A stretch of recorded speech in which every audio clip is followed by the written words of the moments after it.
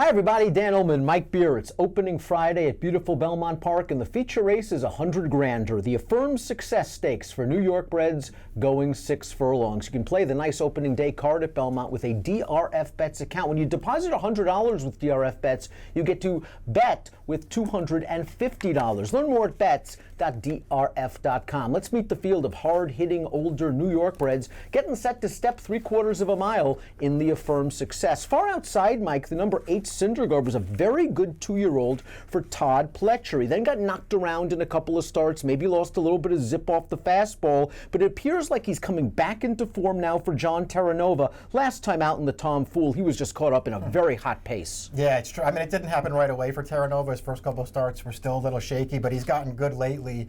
I wouldn't, be too hard on him for the Tom Fool. That pace was too fast for him. It was probably too tough anyway. But he didn't run, terribly in there. And his 3 starts prior to that, I thought were all good. They all got figures. His form's been flattered by Honor Up, who came back and ran a good third in the Carter a couple weeks ago. So there's a lot to like about this horse. He's perfectly drawn outside. He doesn't need the lead. I think he can get a good trip in this race. I mean, I didn't pick him in here, Dan, but I'm using him. No, he has a wonderful outside post position, and I think Junior Alvarado knows that there is speed directly to his inside, and that he is going to have Syndergaard parked in a perfect 3-wide tracking trip entering the turn. Junior Alvarado should have every chance with this horse. Let's take a look at the Timeform U.S. Pace Projector and see if they concur. They've got Tribeca, the 7, they've got the 6, I Love Lulu, they've got the 1, Bavaro, and they've got the 8 drafting in 4th. The trip should work for Syndergaard. Let's talk about the pace horses. Tribeca being the horse expected to make the lead. First start off the John Toscano claim. Got away with a nice easy lead last time out for that starter $40,000 claimer. I'm not sure if his speed plays in a race with other quality pace horses. Yeah, I mean, that'd be the concern for me too. He's run some really nice races. He is one of those horses, though, when you watch him run, I mean, he really needs the lead to be most effective in his races, and they just, especially lately, they've just been sending him from the gate to make sure he can get to the front. That was the case last time when he was in for the 40. They just gunned him from the gate. He got to the front at 3 to 5. They couldn't catch him. This is a way tougher spot for him. I've never really looked at him and felt like, he was a stakes quality horse. We'll see if he runs there. I had a tough time with this race because it feels like the pace could get fast, but 2 of the horses with speed in here, they just feel like they might be overmatched in a race like this. We're expecting some rain in the New York area leading up to opening day. That would help Syndergaard. It would also help the number 6, I Love Lulu, who we see up close according to the pace projector. 8 of I Love Lulu's 11 wins have come on off tracks. Last time out in the Holly Hughes, I was a little bit disappointed. He prompted the pace in between horses. It looked like he was being outrun on the far turn. He was very, very late to change leads, which is unlike I Love Lulu. Maybe this little freshening has done him some good. Yeah, maybe that could work for him. I sort of feel the same way you do about him. I mean, I was a big fan of his early on. I know that he won 2 starts back in the slop, and he got a figure for that race too, but overall, I just feel like his form has really tailed off the last year or so. I didn't like his effort in the Holly Hughes that much either. There's other speed for him to contend with in this race. I know that he can win, Dan. I know he's a dangerous horse with his best race. I just don't really trust him to run his best race anymore. Bavaro's hand is forced down towards the inside. Rajiv is going to really have to hustle this horse out there to obtain good forward position. I liked his win in the Holly Hughes first time off the Linda Rice claim. The Tom Fool, as with Syndergaard, caught up in a very, very fast pace. I'm willing to forgive that effort. Now, last time out in the Caixa Electronica, I kind of feel the same way about that race as I do about the most recent race from I Love Lulu. Yes, he was part of a pace, but he just had nothing left in the stretch. He didn't change leads. It was not like Bavaro. I don't know if he can withstand pace pressure. I think maybe he's better if he can sit. Yeah, we'll see if he can sit, because that really hasn't been his MO throughout his career. I mean, he's been a horse who's been at his best when he can be either on the pace or taking part in it anyway, contesting it. The win that you were talking about, the Holly Hughes first off the claim, I gave him extra credit for that win because he just didn't break that well from the gate. It was just sort of an awkward start for him, but he was able to overcome it and win convincingly, and I liked that win from him, and I thought his Tom Fool was fine considering the pace of that race. I don't know what to say about his last race, Dan. I'm with you. I just thought he was awful in there. Can he bounce back in this race? I suppose that he could, and if he does, I think he's going to be really tough to beat. So I find him dangerous in this race, but man, taking him on top off that last race is a hard thing for me to do. I Love Lulu won this race last year, but the morning line favorite in Friday's Affirmed success is the number 4, Pat on the Back, who ran such a good second in his final start for Kenny McPeak, and he continued to build off that effort when switched to Jeremiah Englehart's barn. His most recent start, he was simply overmatched in the Grade 1 Cigar Mile, but he was far from disgraced. Yeah, I mean, he didn't run poorly at all in that race. He doesn't, feel like the kind of horse you would see winning Grade 1s. So the fact that he was beaten less than 4 lengths, I thought that was a fine effort for him. Obviously, all of his races leading up to that in the New York bred ranks, I mean, they were good efforts. 2 wins and 2 seconds in stakes company going longer. I know he's cutting back for this. I actually don't mind him sprinting. I always liked him as a sprinter early on in his career. Maybe I would be more comfortable with 6.5 or 7 than 6, but I like him sprinting. I think he just might be better than these horses.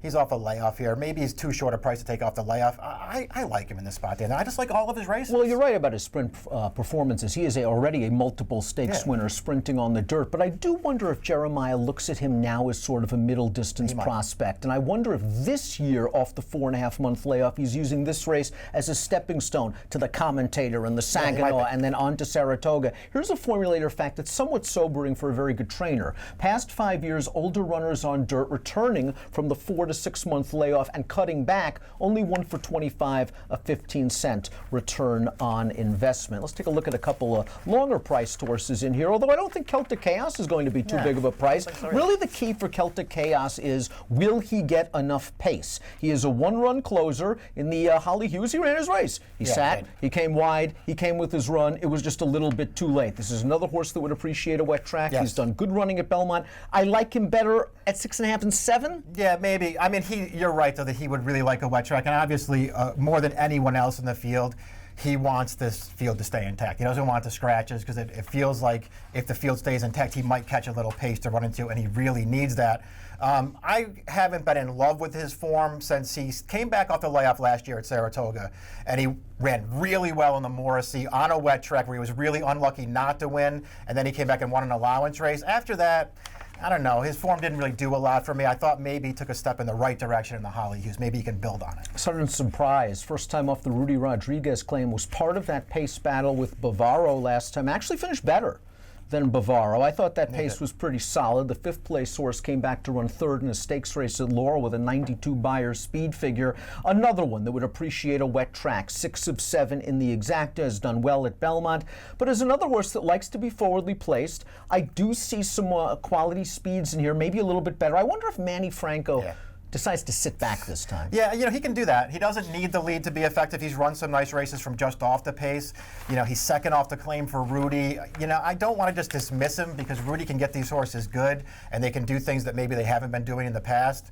I don't see the race necessarily that makes him a big contender against this kind of a field, but he's versatile, and maybe Rudy can get him to take a step forward. Let's take a look at our top selections for the opening day feature race at Belmont on Friday. Let's talk a little bit about Runaway Loot, because he's going to be a pretty big price for trainer Gary Contesto, wheeling back on only 8 days' notice after a solid enough second place effort against Open Optional Claiming Company. That day, he went to the front. I'm really not sure that's his best game. I think he can sit. He was prompted by the favorite, Long Haul Bay, who's been a bit of an underachiever, to be fair, but he was favored that day. He took Long Haul Bay's best shot all the way into the stretch, put that horse away, and then Bone Raison, who's been in very good form, just ran him down late. I look at his Belmont races, and I see that big win in the Hudson Handicap over Celtic Chaos, the win on July 4th with a 104 Beyer speed figure. Those were his last 2 races against New York breds. Now, maybe he doesn't want a wet track, maybe he's not in that kind of form, but I like the Contesto's taking a shot, wheeling him back. I think he can sit off the pace.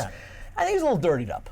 Yeah, I guess I could go look at it one of 2 ways. Maybe he's dirtied up. I don't like his last race as much as you do. I know being on the lead, maybe that's not his thing, but I didn't really see a big excuse for him in that race. I guess my biggest problem with this, and I don't want to knock him because he's 12 to 1 at 49. At that price, he can obviously, when he has races that are good enough. He came back off the layoff last year and ran 2 great races right off the bench. He had a big trip on June 10th, and then he came back and ran the 104 in his next start. I know that he won the Hudson after that.